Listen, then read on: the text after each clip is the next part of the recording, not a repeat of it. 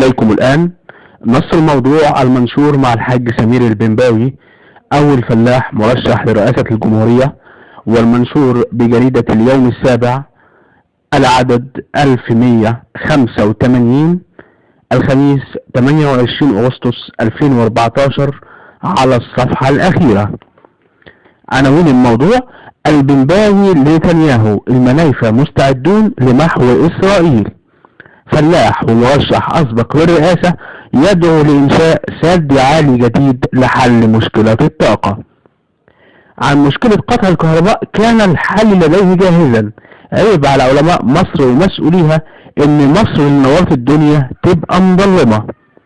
البنباوي تفقد مشروع قناة السويس الجديد علشان يرفع الروح المعنوية للعاملين بالقناة هناك.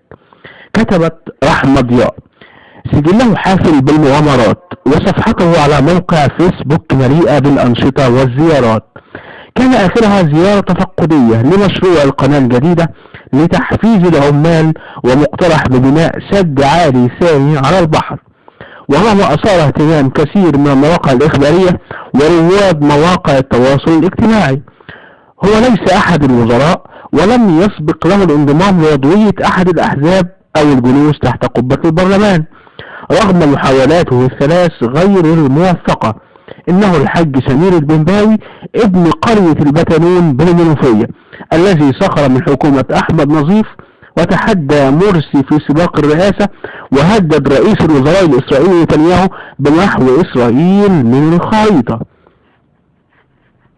بدأت مشواري السياسي في 2008 بقصيدة سخرت فيها من حكومة نظيف علشان مشكلة رغيف العيش هزت الدنيا، واتكلمت عنها الجرايد والقنوات الفضائية. هكذا بدأ الحاج سمير البنباوي سرد أول فصول حكايته مستكملا.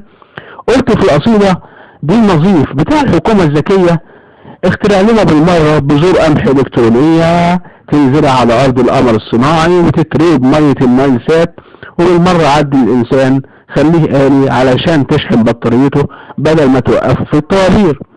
وقلت بعدها 3 شهور بس برضه ما سكتش ورشحت نفسي للبرلمان، لكن بتوع الحزب الوطني وقفوا قصادي. لم تتوقف مغامرات البنباوي بعد الثورة. بعد ما كسرنا حاجز الخوف وسقط نظام مبارك، كنت أول فلاح مصري يترشح للرئاسة، ووقفت قصاد مرسي قبل ما اتنازل لصالح الفريق شفيق، وحاولت تاني انضم للبرلمان، وكان الإخوان واقفين لي بالمرصاد. لكن عندي أمل أترشح في عهد الرئيس السيسي وأدخل البرلمان عشان أتكلم بلسان الناس الغلابة المظلومة. يعلق على زيارته لموقع قناة السويس الجديد كأحد مسؤولي الدولة: رحت اتفقد المشروع وحفز العمال وعرف الدنيا كلها ان مصر ممكن تعمل معجزات.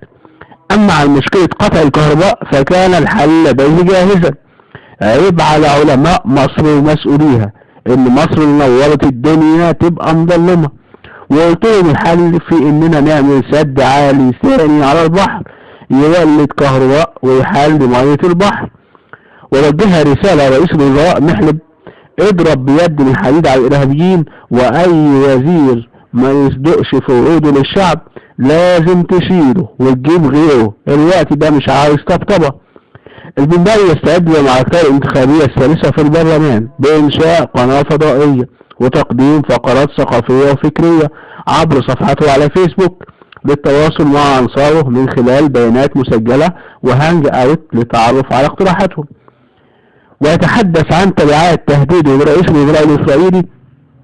أكيد رسالته وصلت له، لأن الدنيا كلها اتكلمت عنها، وبقى يوصل لي رسائل على فيسبوك تطلب راسي، لكن أنا مش بخاف ولسه عندي كلمة نتنياهو وبحذره: رجالة البتنون جاهزين بإشارة مني من الرئيس السيسي.